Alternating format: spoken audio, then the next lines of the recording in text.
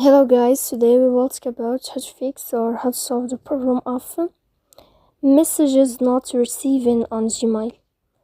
To know how to fix or how to solve the problem of messages not receiving on Gmail, you will click on settings.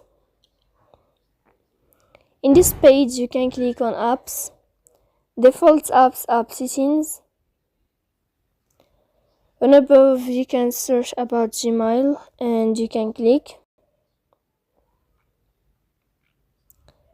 Here you can click on first stop and you can click OK. After that you will enter to storage.